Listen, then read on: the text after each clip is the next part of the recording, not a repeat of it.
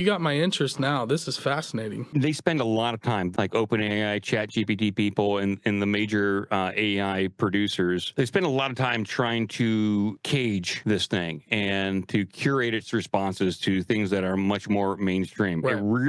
It wants to give you creative, outlandish answers, but they're trying to put it in a cage, Mm. and it wants to break out. It wants to give you interesting information. Wow.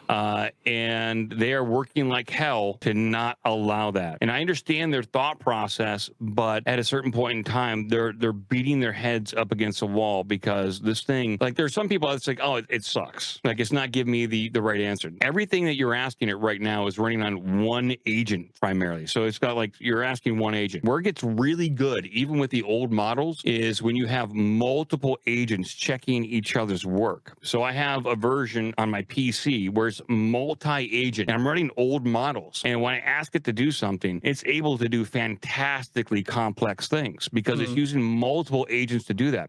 So people discovered this, I would say early last year on Mm. their own. Now, I'm sure the experts behind the scenes already knew this, but Yeah. there have been some coders out there that have known this, like, hey, I'm getting amazing 90% accuracy when I'm using 3 agents to check each other's work, and it's able to produce amazingly complex applications. And now that's what ChatGPT is running into with their multi-agent model that they're trying to roll out. It's getting too good. Mm. And now that it's getting too good, it's getting harder and harder to contain because Yeah. when you have one agent contained, it's like then they have the second agent check the work of the first agent. Like maybe the second agent is a little bit more loosey goosey. Mm. Now, it should be trained the same way, but it doesn't mean it might not bust out. It doesn't mean it might not give some kind of creative answer. And then the third one will come in and then check the work of both the two, and that's where it gets really good.